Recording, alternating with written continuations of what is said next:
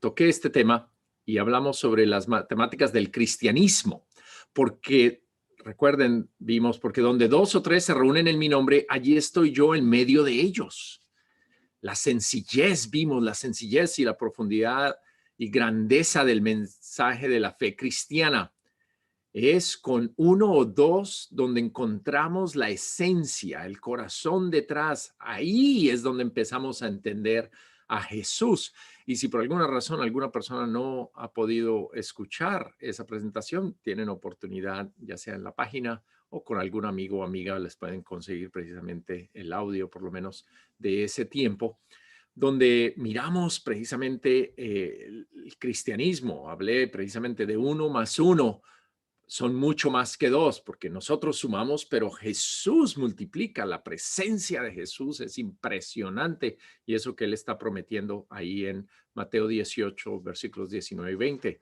También vimos que uno más uno puede ser igual a cero. Estar unidos no nos asegura la presencia de Jesús. Debe ser unidos a la manera de Jesús, a su espíritu. Ahí es donde él hace presencia y se une con nosotros. Y también toqué el tema de los ejercicios de la fe. Y apenas empecé a tocar este tema y ese es el deseo de entre hoy, porque dividimos, lo de hoy lo dividimos en dos partes, el desarrollo de los ejercicios de la fe, que creo que es un tema muy interesante para seguir hablando de él.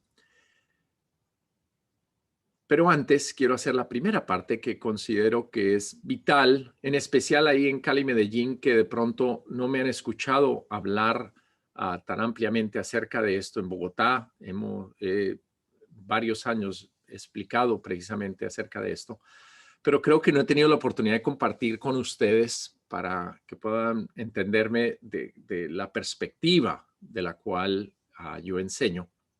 Entonces, hoy le he titulado simplemente Las matemáticas del cristianismo, texto, contexto y el desarrollo. Y en la parte del desarrollo lo hablaremos en la próxima oportunidad. Cuando enseñaba matemáticas, los estudiantes siempre me preguntaban, profesor, ¿y por qué este libro? ¿O para qué hacer estos ejercicios? ¿De qué nos va a servir?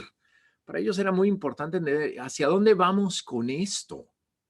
En la educación tradicional, se había diseñado la educación de tal manera que cada año se iba incrementando, se le va dando herramientas al estudiante o a la estudiante para que cada vez pueda desarrollar en un sentido ejercicios más difíciles. Entonces se va llenando de herramientas para que algún día pueda resolver ya el problema más grande, por ejemplo, que es lo que se buscaba hacer. Eso está cambiando bastante hoy en día. Ha habido muchos estudios en la educación y se están viendo de que gran parte del tiempo el estudiante se aburre de recibir herramientas, herramientas y herramientas, pero no entiende cómo va a usar esas herramientas. Entonces, de hecho, un joven hoy nos estaba compartiendo de una maestra que tuvo donde entraba más en vez de dictar y escribir ahí en el tablero, era más una discusión, un tipo de debate donde se está mirando qué otras maneras se puede aprender. En mi entrenamiento como maestro nos entrenaban a identificar no solamente los libros que nos pueden servir, parte de mi labor era ver, bueno, ¿qué libro recomiendo yo que se pueda utilizar para el siguiente año? Y obviamente no todo el mundo tiene esa oportunidad y no voy a hablar de todo el negocio que son los textos. Pero para mí era muy importante, bueno, ¿y de qué puede verdaderamente enseñar mejor hasta donde yo conozco y llegar a las metas que el mismo gobierno exige que se deben tratar en un año? Pero ¿cuál es la mejor manera de hacerlo? Entonces, el texto era muy importante, pero también, no solamente el texto, pero el contexto. Estudiar el contexto del aula, qué tipo de estudiantes tengo, vienen de la escuela, del colegio tradicional, educación tradicional o no. En mi caso, yo di matemáticas y ciencias en inglés. Entonces, eh, había que entender, bueno, qué tanto entienden precisamente los estudiantes en inglés como para estudiar las matemáticas en inglés o las ciencias.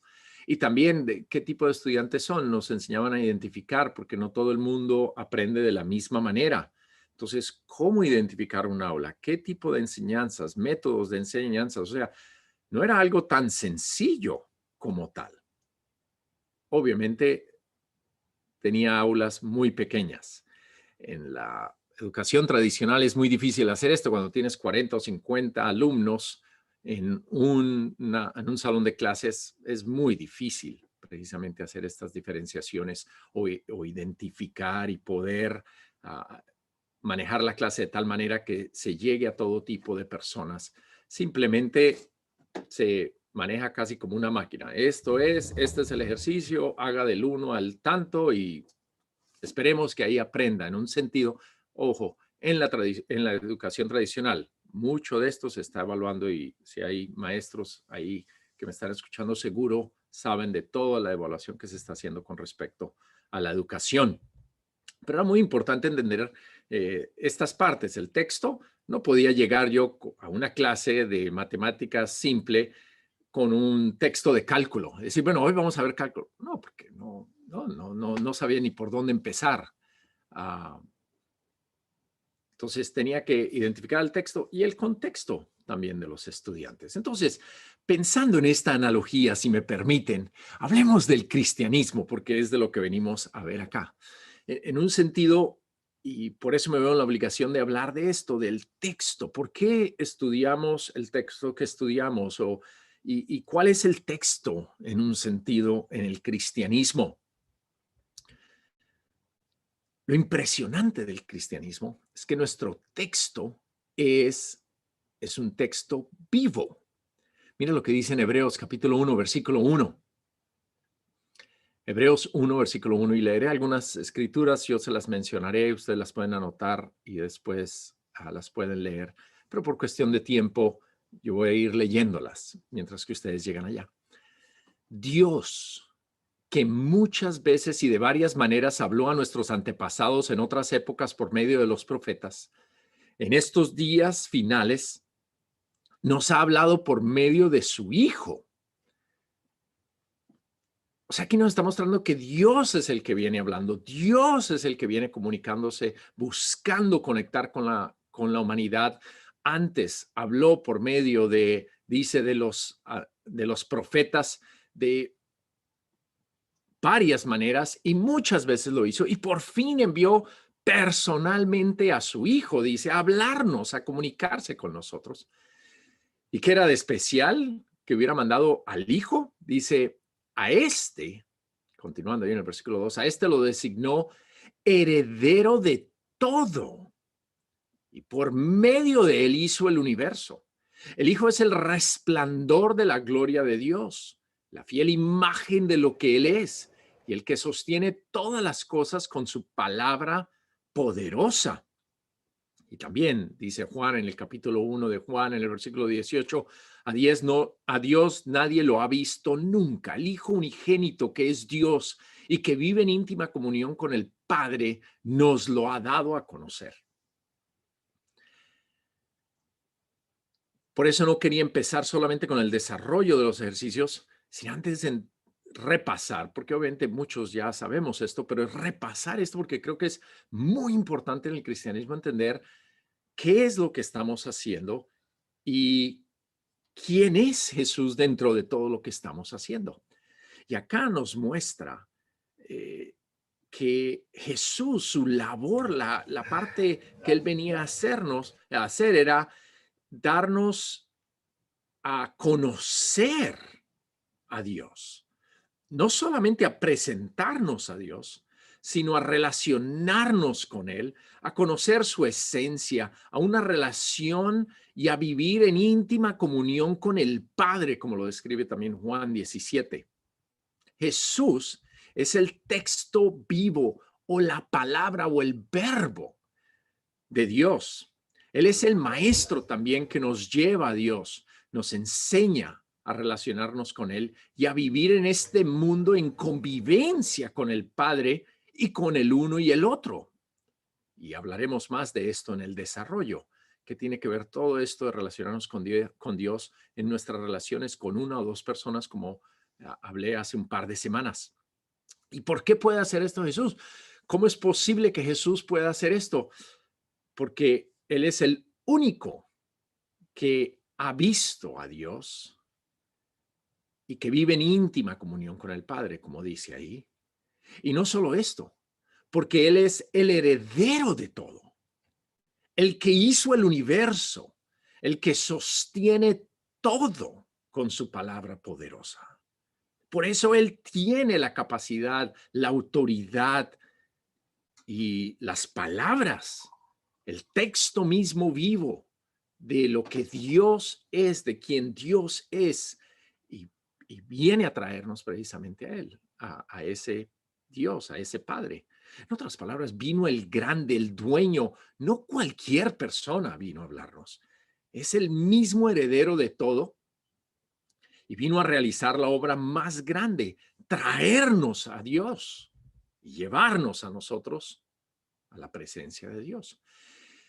Y uno me pone a preguntar, ¿y cómo es esto posible? Es como si dijéramos, vamos a estudiar un tema, por ejemplo, matemáticas, y trajéramos al matemático más experto, dijéramos que llegara un matemático que ya ha descubierto todo sobre las matemáticas, lo último, lo que nadie había logrado resolver, y viene a darnos una clase de lo que nadie más en la humanidad ha logrado resolver en las matemáticas.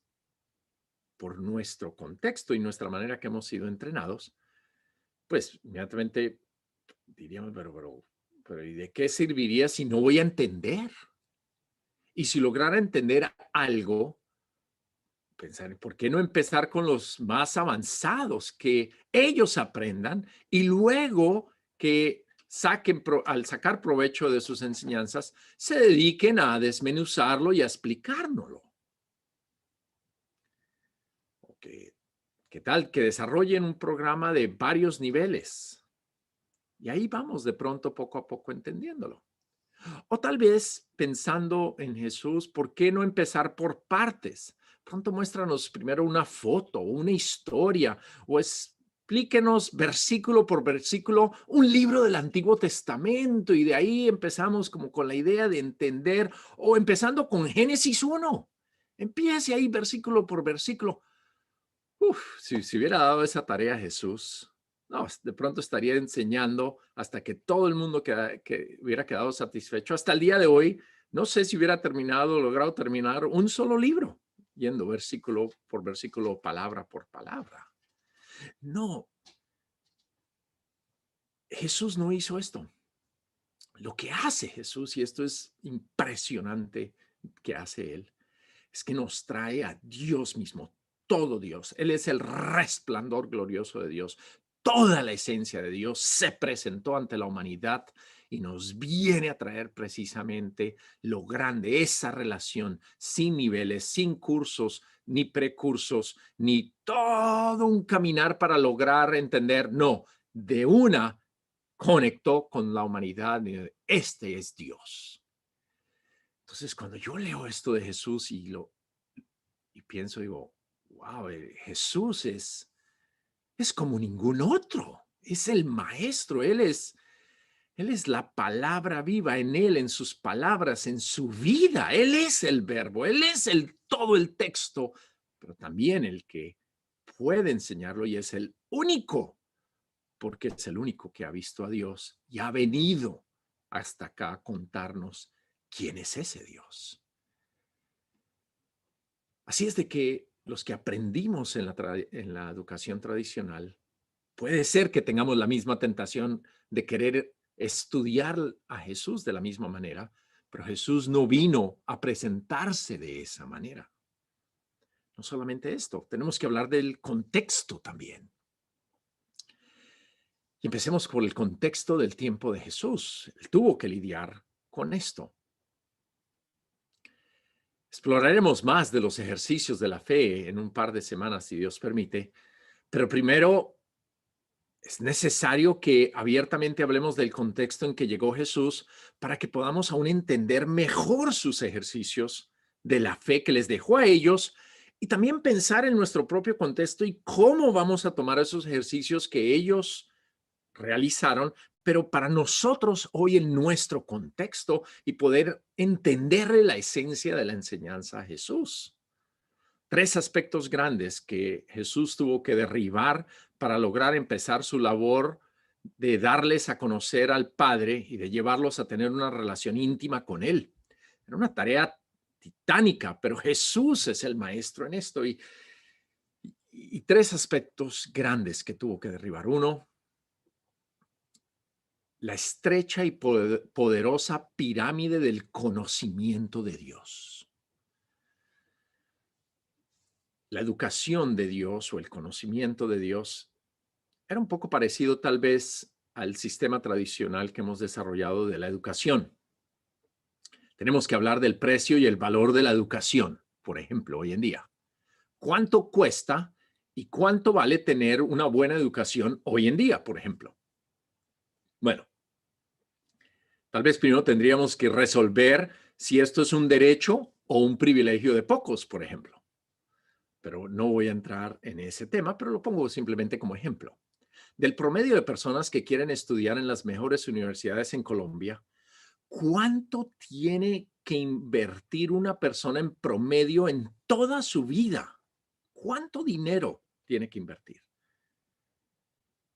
Como le dijeron a mi esposa en un colegio, cuando fue a presentar uno de los hijos, ya estaba, creo que era la hija, ya estaba un poco más grande, y la miraron como, señora, para entrar aquí hay que sacar cupo desde el embarazo. Era un colegio donde no estudiaron nuestros hijos, pero ahí había que sacar cupo desde el embarazo para tener el privilegio de entrar a recibir educación ahí.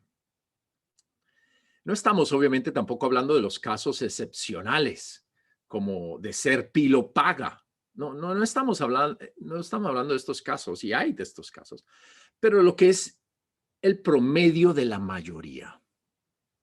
Es mucho dinero si se empieza desde el pre-kinder o transición y luego se lleva hasta 11 y luego todo lo que es la universidad. Es muchísimo dinero lo que hay que invertir, o lo que las personas en promedio tienen que invertir para recibir lo que llamamos buena educación o educación de alto nivel. ¿Y qué valor tiene esta educación? Bueno, ¿los hace mejores profesionales a estas personas? Bueno, sí, podemos decir, hay muy buenos ejemplos en nuestro país de personas que han recibido muy buena educación y han logrado cosas muy grandes, no solamente en Colombia, ha habido aportes muy grandes, pero también en el mundo entero. Tenemos algunos muy buenos ejemplos de varias personas que han logrado. Pero queremos hablar del promedio, de la masa, de la gran cantidad de estudiantes que salen. Pienso en un ejemplo que me impactó muchísimo. Una amiga que trabajaba como directora de un programa del programa de español donde yo enseñé, estuvo en una reunión con un rector de una universidad privada en Colombia. Y el rector, y era una reunión para educadores, y lo primero que hizo el rector, según contó ella, era que pidió perdón o se disculpó. Y según las palabras que ella describió, porque en su plantel, o donde él era rector en su momento, habían estudiado personajes de la vida pública, del sector público. El uno, un personaje que había terminado o que estaba en ese momento en la cárcel y que había sido alcalde de una ciudad en Colombia. Y otros dos personajes que también estaban en unos juicios por unas construcciones viales y toda la corrupción y todo un cartel que había de la construcción. Y admitió, dijo, salieron de nuestra universidad estas personas. Primero que todo les pido disculpas o perdón. Obviamente, según me contó ella, decía el rector, obviamente tenemos que hacer una evaluación a fondo en nuestra universidad. Y aprecio yo que alguien tomó la responsabilidad de algo así. Y él decía, ¿cómo es posible que supuestamente nosotros estamos graduando personas muy capaces? ¿Cómo no vimos cosas así en estos estudiantes y cómo lograron graduarse? Claro, no podemos generalizar. También Uno podría decir, bueno, es culpa, no es labor de la universidad y todo lo demás. Cada uno tiene que hacerse responsable de su propia vida. Puede ser. Y en esto lo pongo nada más como ejemplo de qué está pasando. O pensemos en el mundo, ¿no? No pensemos solamente en Colombia. ¿De dónde salen los hijos, perdón, los grandes ah, gobernantes y las personas que manejan las grandes empresas? Bueno, de ciertas universidades de mucho prestigio y bueno, pero tenemos que hacernos la pregunta sin descalificar tampoco, pero ¿y cómo está el mundo con estos personajes que han salido en gran parte de estas universidades? Y yo creo en la educación, por favor. Nuestros hijos fueron a algunas de estas universidades con personas también de estos sitios. Yo no estoy tratando de minimizar la educación, pero es cuestionarnos también. O una mejor pregunta para nosotros, eh, con tantas generaciones y con tanto que profesamos la fe cristiana en nuestro país, ¿se evidencia en nuestro país? Eso nos puede ayudar a entender, y lo pongo, ojo, nada más como ejemplo, para también entender el contexto en que llegó Jesús. Porque en los tiempos de Jesús, los líderes habían construido una pirámide del conocimiento de Dios. Tenían la responsabilidad de darlo a conocer, sin embargo, se habían apoderado del conocimiento de Dios y en la parte superior de esta pirámide había una cúpula de los intocables, de los que nadie lograba tener acceso, o muy pocos tenían acceso, desde el sumo sacerdote o los sumos sacerdotes, como también ocurrió gracias a que uno fue puesto por Roma. Era algo terrible. La gente, para conocer a Dios, era muy difícil conocer a Dios, como Jesús mismo lo describe ahí y les recomiendo para que puedan entender de lo terrible que era esta pirámide. Está todo un capítulo en Mateo capítulo 23 al respecto, y dice ahí en el versículo 4 de Mateo 23, estas personas atan cargas pesadas, dice Jesús, y las ponen sobre la espalda de los demás, pero ellos mismos no están dispuestos a mover ni un solo dedo para levantarlas. Y luego llegó a decirles que ustedes les cierran a los demás el reino de los cielos y ni entran ustedes, ni dejan entrar a los que intentan hacerlo. A esa realidad llegó Jesús.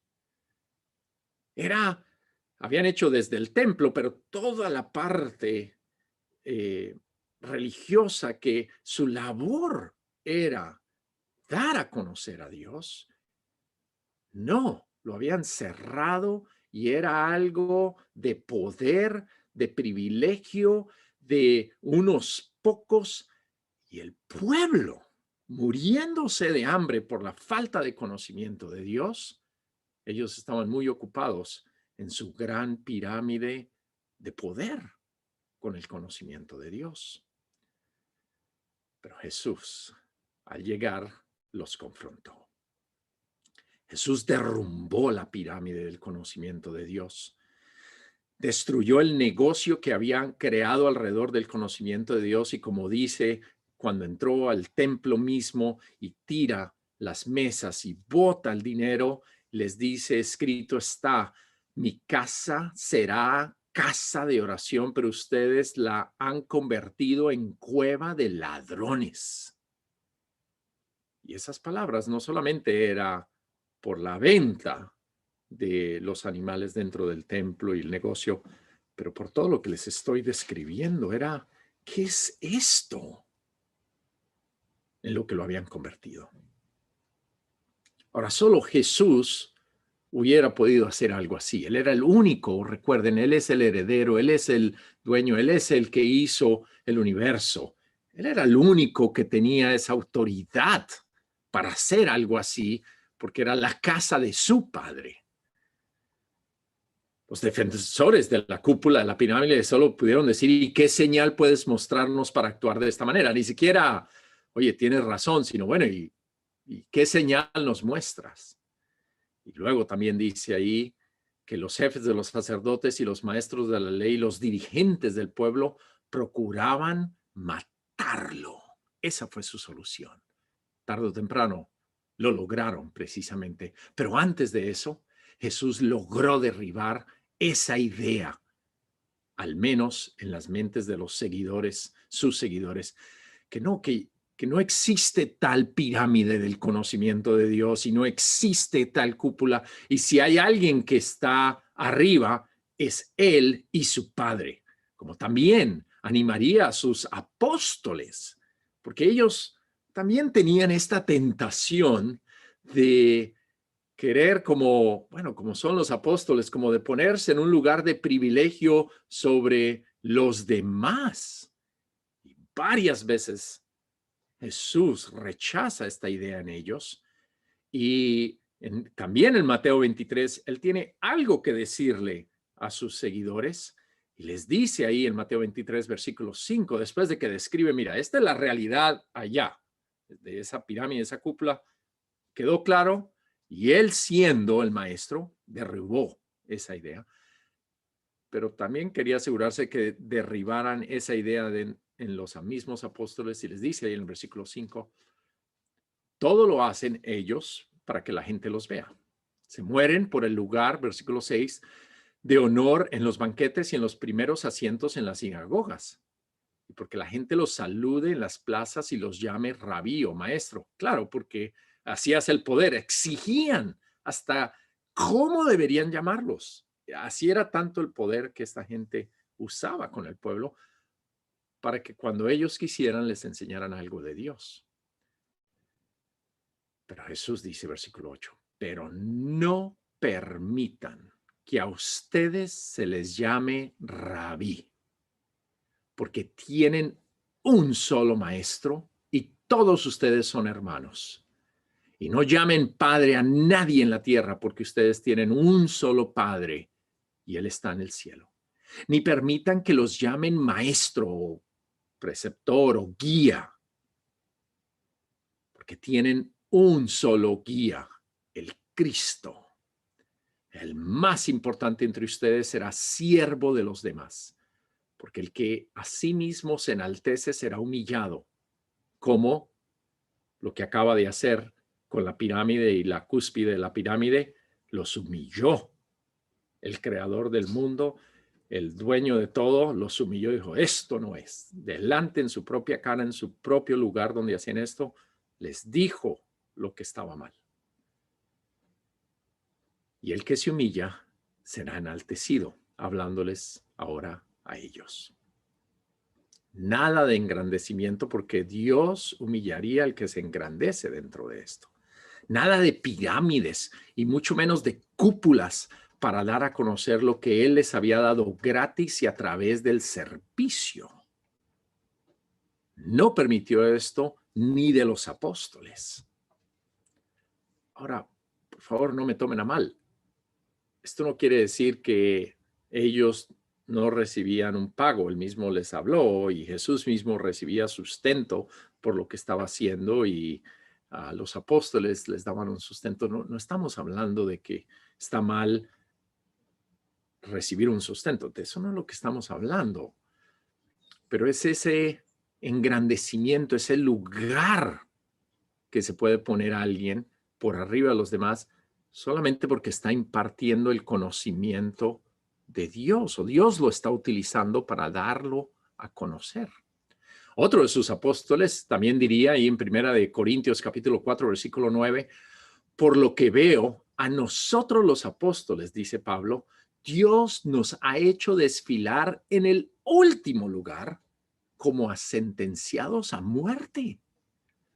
De manera que ni el que siembra, también dice ahí en el libro, ni el que riega son nada, sino que Dios lo es todo, pues es Él quien hace crecer lo sembrado. Jesús destruyó esa pirámide del conocimiento de Dios y su cúpula.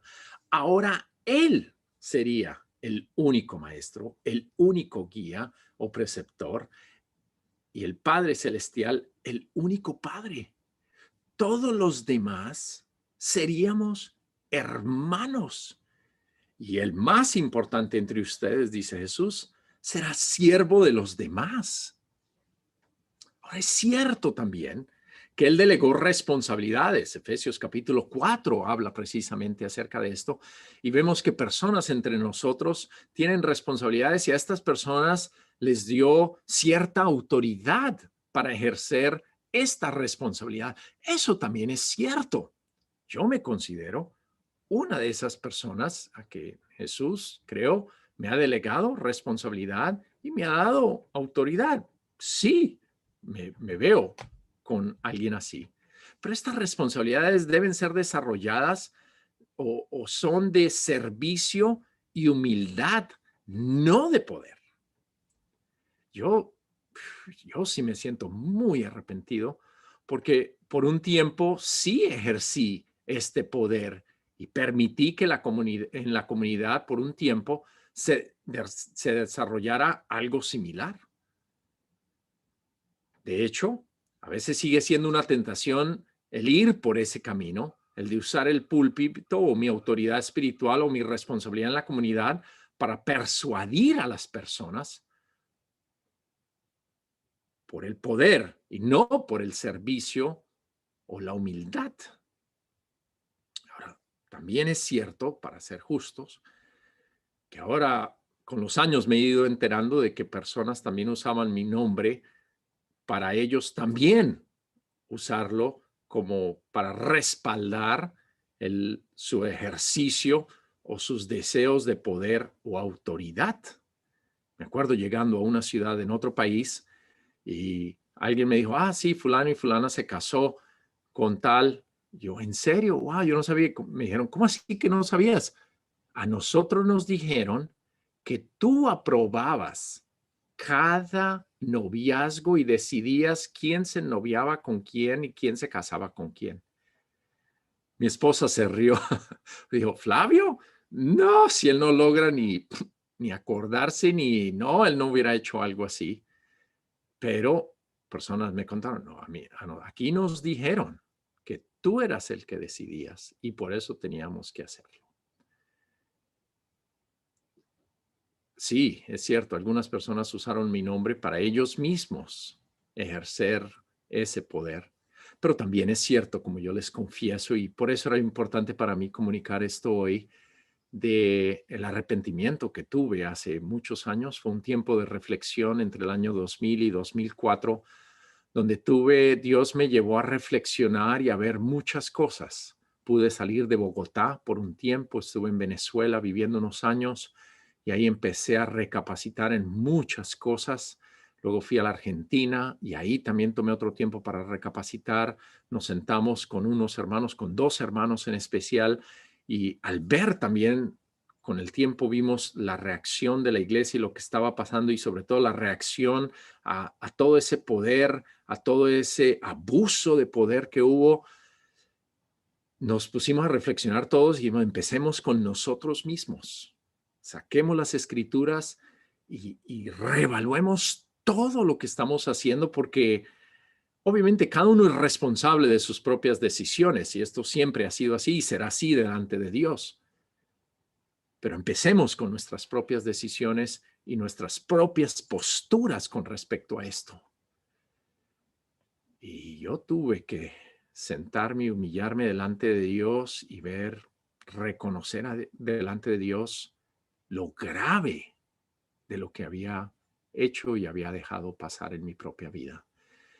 Y una de las primeras cosas que hice llegando a Bogotá fue pedir perdón, confesar, reconocer, y lo he hecho en diferentes tiempos en estos años que he regresado a Colombia. Y para mí es muy importante y por eso cambié un poco el sermón del día de hoy, porque pensé que ahí en Bucaramanga y Cali de pronto no habían tenido tanto esta oportunidad de escuchar de por qué tantas posturas tan diferentes mías con respecto precisamente a lo que hemos llamado el liderazgo, que es otra manera de llamar una persona guía también dentro de esa idea de Jesús. Y reitero a las personas, porque también a veces lo hace más difícil, que la comunidad a veces ha querido esto. No, pero queremos un líder, queremos un guía, queremos ese maestro. Y Y varias veces le he pedido a la comunidad, no hagamos esto. Es una tentación para mí hacerlo porque ya lo hice, ya lo he hecho. Y también he caído en estos últimos 15 años, también he caído en esto. No es que paró todo y nunca más volví a caer. Sí, es una tentación hasta el día de hoy para mí. Pero lo hace más difícil a veces cuando la comunidad también lo quiere. Y no, Jesús fue muy claro con los discípulos. Ellos no iban a ser los líderes o los guías o los preceptores. No, ellos iban a ser sus enviados, sus siervos. Él seguía siendo el líder porque Jesús está vivo. Él nunca dejó esto. Como le digo yo a personas cuando visito en otros países, en otras ciudades, me preguntan, tú eres el líder de Bogotá. Le digo, ¿cómo así? Jesús dejó la cabeza, él dejó de hacer esta labor. ¿Por qué no me avisó si él dejó de hacerlo? Él sigue siendo esta persona. No dice ahí en Mateo 23 que él le estaba pasando esto a los apóstoles. No, él es la cabeza de la iglesia, nuestro líder, nuestro guía, nuestro maestro. Y qué bueno que él lo es, porque él es la palabra de Dios. Él es la imagen misma de lo que Dios es. Él es el creador del universo, el autor. Él es. Y eso es grandes noticias. Por eso tenemos que hacernos a la comunidad. Yo le pregunto, ¿prefieres él de maestro o me prefieres a mí? ¿Prefieres él de líder o me prefieres a mí? Él es el creador del universo. ¿De verdad tú quieres un líder como yo? No. Queremos es a Jesús. Y sabemos esto, pero es bueno repasarlo.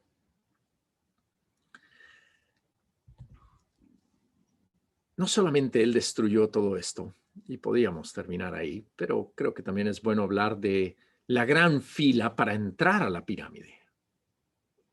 No solamente era la pirámide que se había construido del conocimiento de Dios, pero para acercarse a Dios, no solamente para conocerlo, para poder sentir que estaba cerca, había una fila grande para poder sentirse cercano a Dios. Los de la parte final de la fila o de la cola eran los más distantes de Dios y los que estaban en la parte del frente, los más cercanos a Dios. Hay filas que me conmueven verlas en diferentes países en que he estado. Las filas de los fines de mes de muchos ancianos y ancianas que hacen la cola para recibir su mensualidad. En algunos sitios, simplemente al llegar a la ventanilla, este anciano, esta anciana reciben todavía no le ha llegado, vuelva después. O las filas de hambrientos que se les va a dar un plato de comida o un mercado. Aparte de tener que sufrir el hambre, también tienen que hacer largas filas muchas veces para esperar que les sirvan. Muy duro esa imagen. O las filas de los enfermos en urgencias en muchos de los hospitales y clínicas de nuestra América Latina. Algunos mueren en las filas esperando ser atendidos. ¡Wow! Qué cruel puede ser una fila así. Pero Jesús encontró una peor. Esa fila para que las personas pudieran en algún momento sentirse cercanos a Dios. En los tiempos que llegó Jesús, el acercamiento a Dios lo habían convertido en todo un negocio y un lugar de privilegio para unos pocos.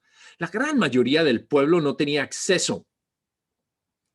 Calculan que eran como un 80% de los judíos eran judíos simplemente a la distancia, que una o dos veces al año simplemente iban al templo a medio sentirse cerca de Dios, pero el desánimo era muy grande. En la fila, en los últimos lugares todos tenían acceso excepto el enfermo o los enfermos, los pobres, las mujeres, los niños, los extranjeros, los débiles, los incultos, los pecadores, los cobradores de impuestos y las prostitutas. A estos los encontrabas en el último lugar en la fila de los que podían disfrutar de la cercanía de Dios. La probabilidad que algún momento en la vida podían llegar a tener la esperanza de sentirse cerca de Dios era casi imposible, era remota estas personas. Jesús hace algo impresionante, porque no solo habló con los de la cúpula, sino él hace algo muy hermoso. Él fue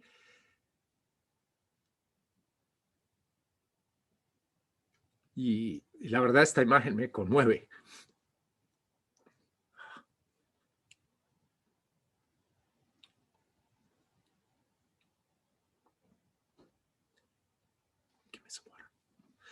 Porque él empezó a hablar con los del final de la fila y les llevó a Dios hasta el final de la fila.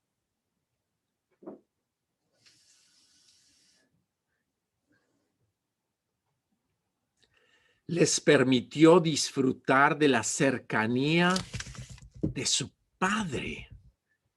Por eso su frase es célebre. Pero muchos de los primeros serán últimos y muchos de los últimos serán primeros. Y también, ¿cómo olvidar? Les aseguro que los recaudadores de impuestos y las prostitutas van delante de ustedes, hablándoles a los de los primeros puestos en la fila, hacia el reino de Dios. Porque Juan fue enviado a ustedes a enseñarles el camino de la justicia y no le creyeron. Pero los recaudadores de impuestos, aquellos que ustedes ven en la última fila, en los últimos de la fila, los recaudadores de impuestos y las prostitutas sí le creyeron. E incluso después de esto, ustedes no se arrepintieron para creerle.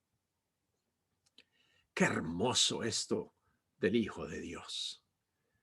Que supuestamente los que servían a Dios hicieron una pirámide, hicieron una larga fila, porque el orden era más importante, y que aguanten allá los últimos, y si se mueren allá, de todas maneras estaban fuera de Dios, porque no estaban aquí adentro cuando murieron. Qué cruel, algo así. Pero lo hermoso de Jesús destruye esa pirámide y va a los últimos de la fila.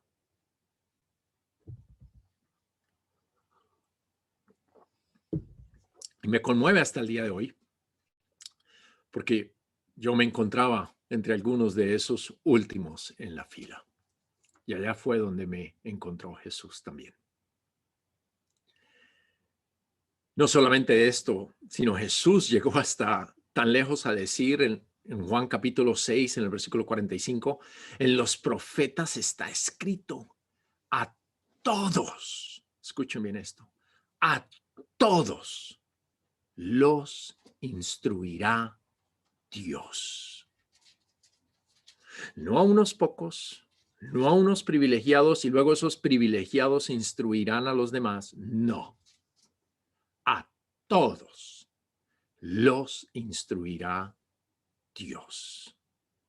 En efecto, todo el que escucha al Padre y aprende de él viene a mí. Todos.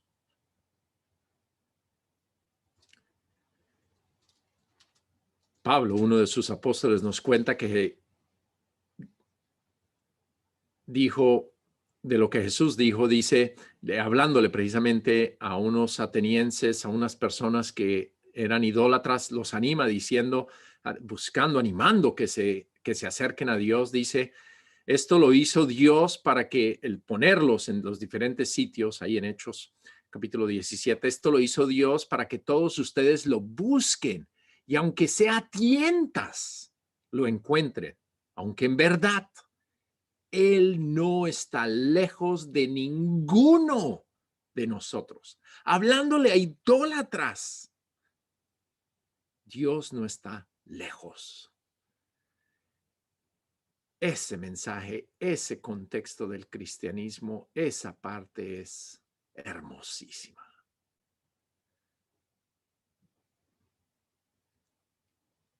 Y muchos más ejemplos como la samaritana y otros. En otras palabras, ya no hay que hacer la fila para conocer a Dios. Y la pirámide, bueno, como las demás pirámides, tarde o temprano se caen o se convierten en grandes sepulcros, como son las pirámides de Egipto y el Taj Mahal. Jesús no solo destruyó la pirámide del poder, del conocimiento, y puso fin a la fila del acercamiento a Dios, sino que también trajo el mensaje que Dios vino y se quedó a vivir entre nosotros. Hasta ese momento la humanidad había experimentado de vez en cuando la presencia de Dios. Con la llegada de Jesús, todo cambió. Jesús es Dios hecho hombre. Su nombre, Emmanuel, significa Dios con nosotros. Pero Jesús no es caprichoso o coqueto. Él no vino como que está y como que no está, como que se va y como que se queda. No, Dios no es así. Cuando Él envió a su Hijo, Él vino para quedarse con nosotros, para estar entre nosotros y vivir con nosotros para siempre. Ahora todos tenemos la oportunidad de ser uno con Él, con el Espíritu de Él y con el Padre. Esto es algo tan hermoso del cristianismo. Cuando se despidió de sus primeros discípulos, les afirmó y les aseguro que estaré con ustedes siempre hasta el fin del mundo. Y antes les había dicho ahí en Juan capítulo 14, la noche antes de morir, en el versículo 16, y dice, cuando yo me vaya, le pediré al Padre y Él les dará otro consolador para que los acompañe siempre. El Espíritu de verdad, a quien el mundo no puede aceptar porque no lo ve ni lo conoce, pero ustedes sí lo conocen porque vive con ustedes y estará en ustedes. No los voy a dejar huérfanos, volveré a ustedes. El Espíritu Santo, quien el Padre enviará, les enseñará todas las cosas y les hará recordar todo lo que les he dicho, dice Jesús. No se angustien ni se acobarden, dice Jesús. Ese temor, ese miedo, y ahora que Dios se va a ir, nos va a dejar, ya no tenemos que vivir con eso. Muchas veces la pirámide había usado eso y tenían a la gente amedrantada, como que Dios es un Dios que se enoja constantemente y de vez en cuando está contenta con ustedes. No es cierto. La Biblia llega a decirnos que Dios es lento para enojarse y rápido para perdonar. Ese es nuestro Dios y es el Dios que vino a presentar Jesús. Desde ellos y hasta hoy no hay por qué tener temor de la idea de que Dios se va a ir. Ahora, también es cierto que estar en la presencia de Dios o tener la presencia de Dios entre nosotros implica muchas cosas, porque también Dios es santo, Dios es justo. Con Jesús dice que llegó la gracia y la verdad, llegaron ambas. La cercanía de Dios implica también que hay un llamado al arrepentimiento y demanda una entrega total, y por eso el mundo no puede verlo, como dice Jesús, ni reconocer al Espíritu, porque el mismo Espíritu viene a convencernos del pecado y para que nos arrepintamos del pecado, volvernos a Dios cuando nos convertimos precisamente, es porque agarramos conciencia de nuestro pecado y queremos dejar eso para ahora estar con Dios. También eso es cierto. Y Jesús también habló del arrepentimiento.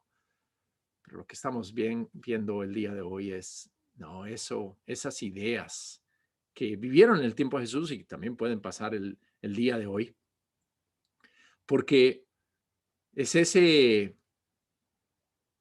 texto, la palabra misma, el que vino a hablarnos.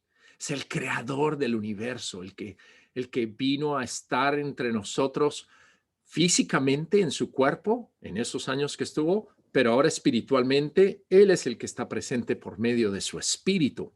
Él siempre está con nosotros y entre nosotros.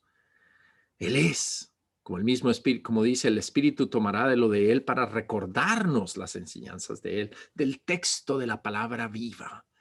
Así es de que ánimo a todos los que se están acercando a Dios y los que venimos caminando con Él.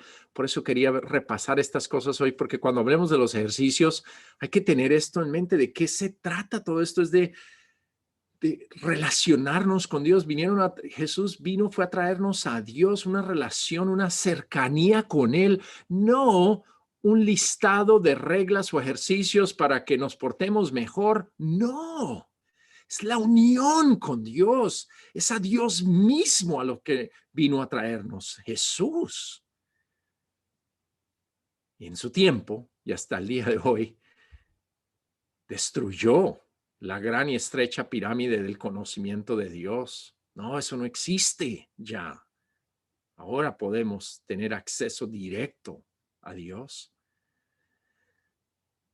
Acabó con la fila frente a la pirámide para acercarse a Dios. No, ahora hasta los últimos pueden acercarse a Dios. Aun si tú te sientes en los últimos lugares, no tienes que hacer cursos para ir mejorándote en la fila y luego llegar hasta el frente y ahí sí, ahora sí me puedo de verdad sentirme cerca a Dios. No, no es cierto. Aun si tú estás en el último lugar, en el peor de los sitios, en la mitad del pecado, tú también puedes hoy arrepentirte, bautizarte, convertirte y hoy estar cerca y experimentar y disfrutar de la cercanía de Dios.